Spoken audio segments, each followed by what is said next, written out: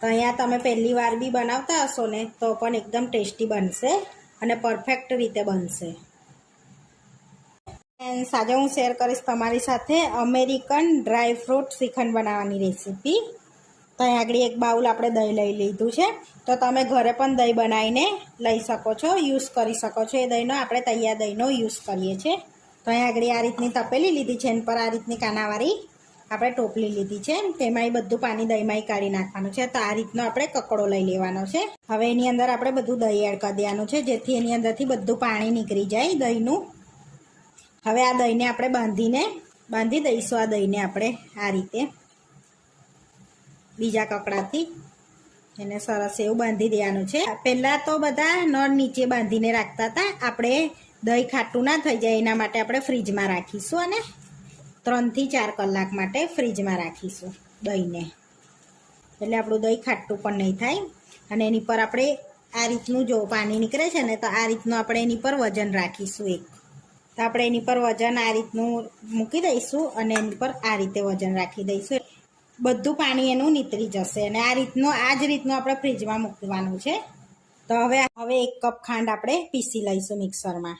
તો તમે તમારા ટેસ્ટ પ્રમાણે એડ કરી શકો છો, એટલે આપણે 1 કપ પીસી લઈશું. હવે આપણે ખાંડને પીસી લીધી છે આ રીતે.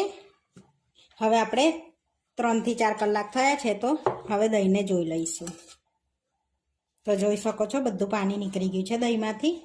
હવે જોઈ લઈશું દહીંને આપણે ખોલીને.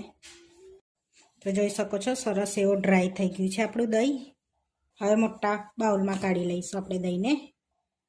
હવે આપણે એને સરસ ફેટી દેવાનું છે. તો સરસ આપણું દહીં થઈ ગયું છે, જો એકદમ ડ્રાય.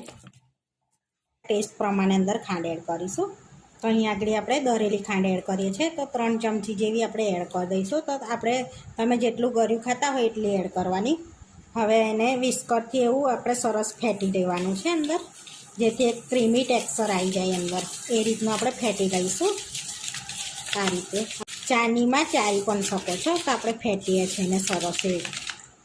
હવે ફેટીએ છીએ ને એમાં જ આપણે વનીલા એસેન્સ એડ કરી દઈશું. તો 2 ટીપા જેવું આપણે વનીલા એસેન્સ એડ કરીશું. તો 2 ટીપા જેવું આપણે વનીલા એસેન્સ એડ કરીએ છીએ અને ફેટી લેવાનું છે. તો આપણે સરસ ફેટી લીધું છે, જોઈ શકો છો એકદમ ક્રીમી ટેક્સચર આવી ગયું છે અંદર. હવે આની અંદર આપણે બધા ડ્રાયફ્રૂટ એડ કરી દઈશું. તો અહીંયા કાજુના ટુકડા એડ કરી દઈશું 2 ચમચી જેવા. બદામના ટુકડા એડ કરીશું 2 ચમચી જેવા.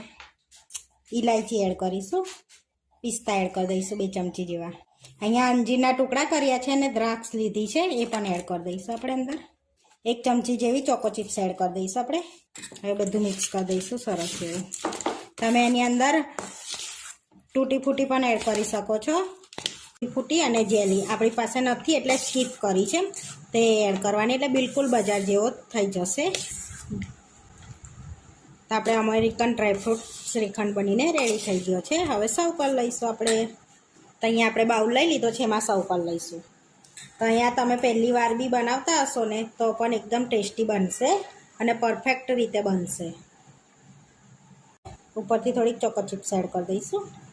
તો આપણે અમેરિકન ડ્રાયફ્રૂટ શ્રીખંડ બનીને રેડી થઈ ગયો છે. આવા વિડીયો જોવા માટે મારી ચેનલને સબસ્ક્રાઈબ કરો, લાઇક કરો, શેર કરો અને તમે જરૂરથી ટ્રાય કરો. ફરી મળીશું નવા વિડીયોમાં. કોમેન્ટ કરીને જરૂરથી જણાવજો કે તમને આ મારી રેસીપી કેવી લાગી.